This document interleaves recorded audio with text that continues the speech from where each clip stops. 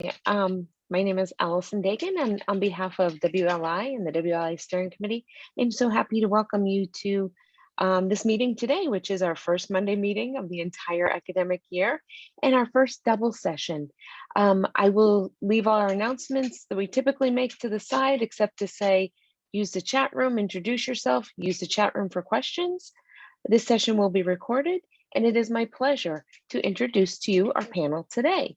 And they include the following. We have Dr. Lori Andrus, who's an assistant professor from the School of Public Health and also the founding chair of the Faculty Senate Inclusion and Diversity Committee, which is in its second year of existence. Joining her today is Dr. Carrie Valentine, my colleague from associate professor from the College of, from CHS, College of Education and Human Services. She's also the current chair of the Inclusion and Diversity Committee. And last, but certainly not least, joining the group is attorney Stephanie Hines, who's also an assistant professor in the Davis College and the chair-elect of the Inclusion and Diversity Committee. So welcome everybody. We've got a lot to cover today. As a reminder, please note that the second half of this session is next Monday at 11. And I am going to turn it over. Thank you. Thank you so much. So I'm going to start us off today with just an overview of our committee's work. Hold on, share screen. Okay, there we are. I just have a few slides that may help us here. So as Allison said, we are in our second year as the Inclusion and Diversity Committee. I just wanted to sort of, I don't want to go over our entire committee charge, but I just wanted you to know that this is the charge of our committee. It's quite broad. It addresses, assessing and issuing a university-wide report on campus culture, providing material, curricular, all kinds of support services related to DEI, establishing and holding ongoing conversations with key units across campus to really work on furthering social justice and inclusion in West Virginia, evaluating trends, reporting on best practices, and also other issues that are pertinent to the committee. And so this past year, we decided to plan 2 social justice summits as part of a series that we will continue into next year as well. The first one was really a call to action. We wanted to bring people together to identify issues that folks felt were critical for addressing racial inequities on campus and in our community. And the second one was building on our first one to really connect lived experience to some of the actions that we had discussed in this first summit. So really the overall purpose and aim of this summit was to create a transparent, systematic mechanism that would facilitate an open dialogue on power imbalances, commitment to diversity and inclusion goals, and really create more equity between leadership and those marginalized faculty, staff, students, and community. And so we had 2 outcomes for these summits. The first was really to create that mechanism by which we could have this 2-way discourse so that leadership could hear from, learn about, and respond to the climate, and really understand the extent to which individuals at WVU and in our community experience racial conflict and discrimination, and understand it as voiced by those who are living it. The second was really to establish a record to the extent of which individuals were experiencing racial conflict and discrimination, so that we could really have a response that was more transparent and established accountability. So I want to talk we're going to talk more about this at our second session next Monday, but I just want to sort of put out what were those 6 main issues that arose in our summit. The first one had to do with naming, addressing, and enforcing DEI efforts. This issue came about, is it really, when we say DEI, what do we mean by that, right? Does it really consider the voices of people of color? Does it empower? Is that a focus that we have in our DEI efforts? Can we expand the way in which we talk about it so that it's not just about training? We talked about, the recognizing the role that incremental change as something that sometimes undermines efforts for us to make immediate progress. And also the issue of enforcement is oftentimes hidden, can also be a conflict of interest for a university to enforce itself. And so this issue was really about accountability. The second was issues related to racism and retaliation, recognizing, first of all, that racism is a problem, and that it manifests not just individually, but in the structures of the university. We talked a lot about micro and macroaggressions, stereotypes, racist comments, isolationism, and even bias in recruitment and retention. Retaliation and fear was something that was discussed often as something that really protects counter speech. We talked about contra-power harassment, power imbalances. And we really saw some of these, this retaliation, or at least the fear of it, even if it's not proven or direct, can really compromise DEI efforts. Policing was another issue that was raised as being problematic, both on and off campus. The other 4 issues we talked about were around recruitment and retention. Recognizing that our current practices are problematic, that we have a lack of minority leadership, that we're unable to attain BIPOC faculty, students, and staff, and that there is bias in the promotion and tenure process. For example, teaching evaluation, which is well documented, not just at this institution, but across institutions. We talked about invisible and uncompensated labor. A lot of the labor for DEI work falls on underrepresented faculty. And sometimes there's a negative, a notion that, if I say no, that there might be negative repercussions if I don't do this service. Barriers to shared voice and power is another issue. There really aren't a lot of mechanisms for two-way discourse. And that, the perception and the reality that a lot of folks who are in power, don't necessarily want the system to change. And so that can actually impede two-way discourse.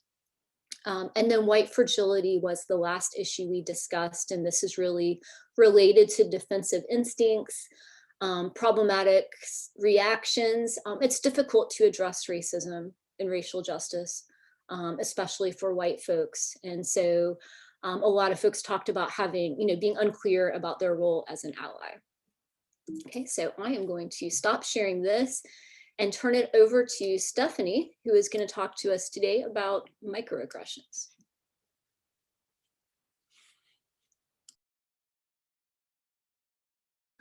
Can everyone hear me now? Okay, today I'm really going to lay the foundation, I think, for understanding microaggressions that will lead us into our next conversation. Make sure. Can everyone see my screen? Carrie, we're good. So what is a microaggression? I think we hear this word a lot, but we're not necessarily sure what that means, right? And so some definitions of microaggressions are real or perceived, everyday verbal, nonverbal, and environmental slights, snubs, or insults that communicate negative or hostile messages to marginalized or perceived marginalized people. So there's a slight different, definition below. It's really similar, but slight. It's just that target persons based upon their membership in these groups, right? So we really have to think of it from that perspective. Interpersonal microaggressions are part of a larger systemic racism issue.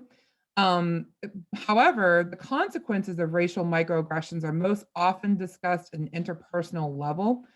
And microaggressions do play an important role in maintaining systems of racial oppression beyond interpersonal interactions. And so that is something that we will go further into next week. Microaggressions can also be based on socioeconomic status, disability, gender expression or identity, sexual orientation, race, ethnicity, nationality, or religion. I think it's important to mention that intersectionality that can occur. And if anybody has any questions, please put them in the chat and we'll try to address them after. Microaggressions establish white superiority in the US by othering people of color and treating people of color as if they are not citizens or do not belong. They continue to promote systemic racism, false colorblindness, denial of individual racism, promote ideas that maintain systemic inequalities, the myth of meritocracy, reverse racism, model minorities, the idea that we should all assimilate. And microaggressions can also provide cover and support for established systems of oppression. So I wanted to talk about examples of microaggressions because I think what I hear is the cognizance I'm going to go a little more into of, oh, I didn't know that was a microaggression or I wasn't aware, right? So some of the themes that are common are alien in your own land, right? So you live here, you're from here. Maybe you are a citizen, maybe you just live in the United States, but it's the where are you from? Where were you born? Oh, you speak such good English, right? Or asking people who are, for instance, Asian American to teach them words in their native language, right? All of these things are assumptions that, especially a lot of times with Asian Americans and Latinx Americans, you're assuming that we were foreign born. The message is you're not American, you're a foreigner, you don't belong here, you're someone from somewhere else. There's ascription of intelligence, right? Assigning intelligence to a person of color on the basis of their race. So, oh, you're so articulate, or your English is so good, or you're a credit to your race, or asking an Asian person to help with a math or science problem. There's messages that come from those things that people are hearing, such as people of color are not generally as intelligent as white people. Or, oh, it's so unusual for someone of your race to be intelligent. Or the concept, even you think it might be a positive concept that you say all Asians are intelligent and good at math and science. But I can tell you from my own experience, as a child, I was pushed into math and science classes that I wasn't ready for because it was assumed since I was Asian that I would be good at them. And it was a real struggle for me. Color blindness, statements that indicate a white person doesn't want to acknowledge your race. They say things like, when I look at you, I don't see color, or America is a melting pot, we're all melted together, or there's only one race, the human race, or all lives matter, or I don't even think of you as Asian, or I don't think of you as Black, or I don't think of you as Latinx, right? Denying a person's color, racial experiences, assimilating and trying to um, get people to be part of the dominant culture, you're denying people their cultural being. There's a lot more examples, right? So criminality, assumption of criminal status. A person of color is presumed to be a dangerous criminal or deviant based on their race, right? We see it in the news right now. 13-year-old boy was murdered and people are calling him a thug. They are saying he shouldn't have been this, he shouldn't have been that. The word thug itself just automatically goes right to a horrible place. How about this? A white woman or a white man clutching their purse or checking their wallet. Do you lock your doors tighter when you go through a dangerous neighborhood? A store owner following a person or a customer of color around the store. Have you ever seen this? A white person waits to ride the next elevator when it's got a bunch of people of color on it, or one even. The message is you're a criminal. You're going to steal. You're poor. You do not belong in this store. You are dangerous. Denial of individual racism, a statement made when whites deny their racial biases. I'm not a racist. I have several Black friends. If you haven't seen these memes or had heard these things before, I would be shocked, right? Or even the one that comes from feminists a lot. As a woman, I know what you go through as a racial minority. This is really important one, I think.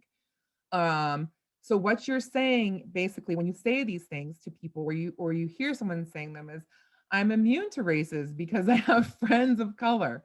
Your oppression is no different than my gender oppression. I can't be a racist. I'm in like you, or I'm like you. Something I've heard a lot during my time at the university, which is about 4 years here, and in my corporate career, was there's a myth of meritocracy, right? Statements that assert that race does not play a role in life successes. I believe the most qualified person should get the job. Everyone can succeed in this society if they work hard enough. Just pull yourself up by the bootstraps, right? Just work a little harder, put more energy into it, change your hair, put more makeup on. People of color, the message is the idea that the people of color are given an extra unfair benefits because of their race and that they're lazy so that these benefits or they're incompetent are necessary because they're lazy or incompetent, not because of racism. How about pathologizing cultural values and communication styles? The notion that values and communication styles of the dominant white culture are ideal. So asking a Black person, why do you have to be so loud or animated?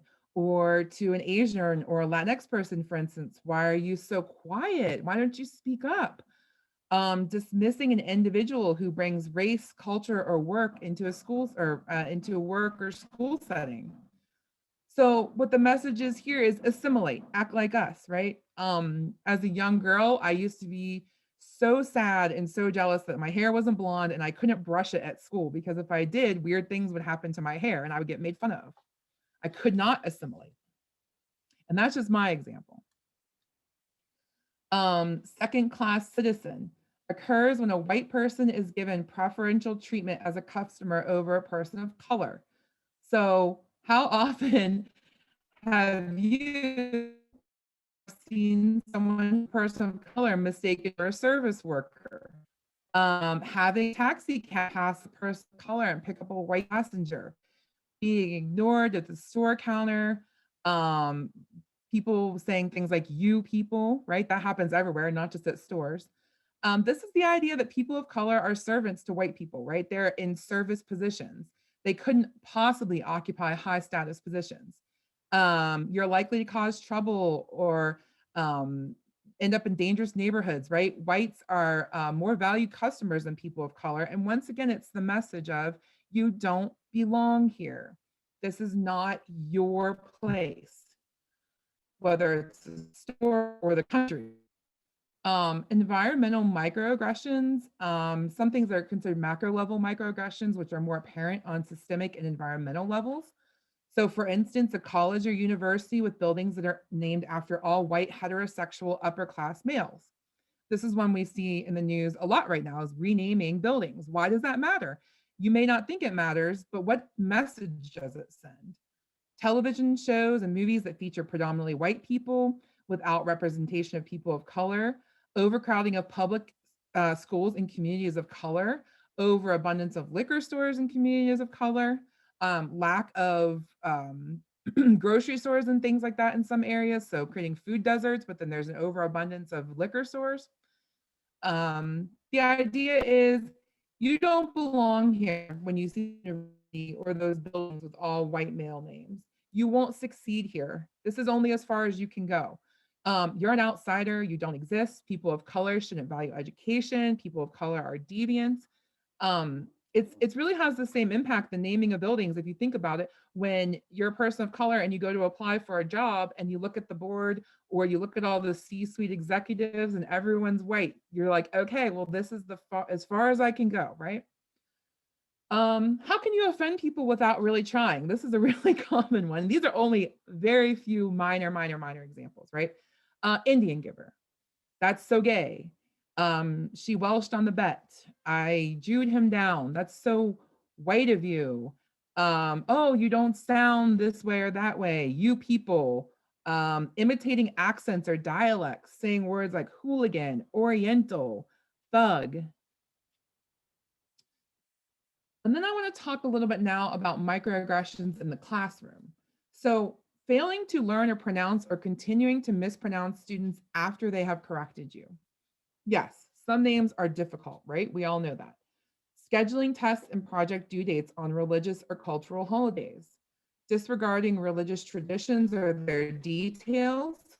For instance, setting low expectations for students from particular groups, neighborhoods, or feeder patterns. calling on and engaging and validating one gender, class, or race of students while ignoring other students during class, assigning student tasks or roles that reinforce particular gender roles, or don't allow all students flexibility across roles and responses.